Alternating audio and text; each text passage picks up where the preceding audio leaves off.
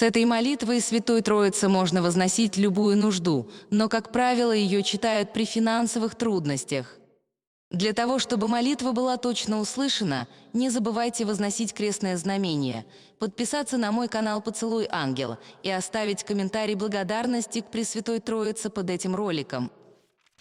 Пресвятая Троица, единосущная держава, всех благих вина, что воздадим Тебе за вся, я же воздала еси нам грешным и недостойным прежде.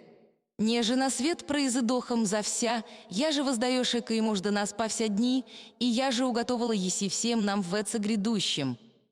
Подобаша уба за таликие благодеяния и щедроты, благодарите Тя не словесы точию, но паче делы, хранящие и исполняющие заповеди Твоя, мы же страстем нашим и злым обычаем внемша, в бесчисленные от юности низвергохомся грехи и беззакония.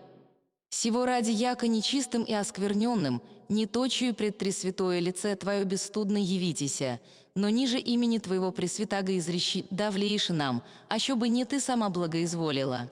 Во отраду нашу возвестите, яко чистые и праведные любящие, и грешники кающиеся милуешь и благоутробне приемлеши. Презри, убо, пребожественная Троица, с высоты святые славы Твоя на нас многогрешных, и благое произволение наше вместо благих дел приими.